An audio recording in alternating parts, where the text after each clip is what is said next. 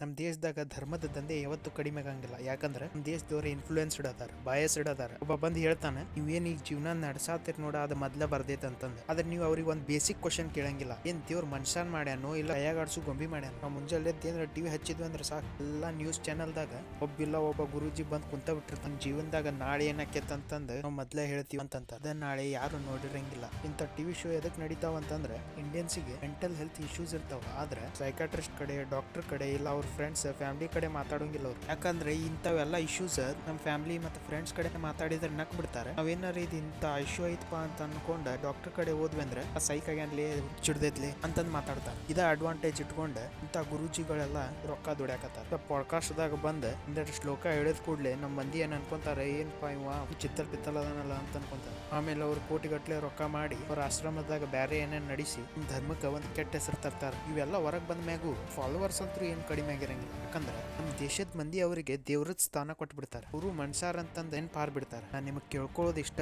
ದೇವ್ರಿಗೆ ಪೂಜೆ ಮಾಡ್ರಿ, ನಾ ಬೇಡ ಅನ್ನಂಗಿಲ್ಲ. ಆದ್ರೆ ಇಂಥ ಗುರೂಜಿಗಳು ಎಲ್ಲ ಅಡ್ವೈಸ್ ಅಂತ ಕೇಳಕ್ ಹೋಗ್ಬೇಡಿ. ನೀವೇನಾರು ಮುಂದೆ ಏನಾಕಿರ ಅಂತಂದ್ ಅವ್ರು ಹೇಳಕತ್ತಾರ ಅಂತ ತಿಳ್ಕೊರಿ, ಅವ್ರಿಗೆ ಕ್ಷಮಿಸ್ ಬಿಡಪಾ ತಂದೆ, ನನಗೆ ಬಿಟ್ಟು ಬಿಡ ಅಂತಂದ್ ಹೇಳ್ಬಿಡ್ರಿ. ಯಾಕಂದ್ರೆ ಜೀವನದಾಗ ನಿಶ್ಚಿತ ಇರಂಗಿಲ್ಲ. ಒಂದ್ ಹೇಳ್ತಾರ, ನೀವ್ ಒಂದ್ ಮಾಡಕ್ ಹೋಗ್ತೀರಿ, ನಿಮ್ ಜೀವನ ನಿಮ್ ಆಟ, ನೀವ್ ಹೆಂಗ್ ಆಡ್ತೀರಿ ಅದ್ ಮ್ಯಾಗ್ ಬಿಟ್ಟಿತ್ತು. ಎಲ್ಲಾ ಮಾತು ಕೇಳಿ ಮನ್ಸಿಗೆ ಹಚ್ಕೊಂಡ್ ಕುಂದ್ರಕ್ಕಿಂತ ನಿಮ್ ಪ್ರಯತ್ನ ನೀವ್ ಮಾಡ್ರಿ. ನೀವು ಏನ್ ಮಾಡ್ಬೇಕಂತೀರಿ ನೀವು ಪಕ್ಕ ಆಗೇ ಹಾಕ್ತೀರಿ ಅಂತ ಅನ್ಕೊಂಡ ಪ್ರಯತ್ನ ಮುಂದುವರ್ಸ್ರಿ ಅಂತ ಹೇಳ್ತಾ ಮುಂದಿನ ಸದ್ಯ ಸಿಗೋಣಂತ್ರಿ. ಬಾಯ್.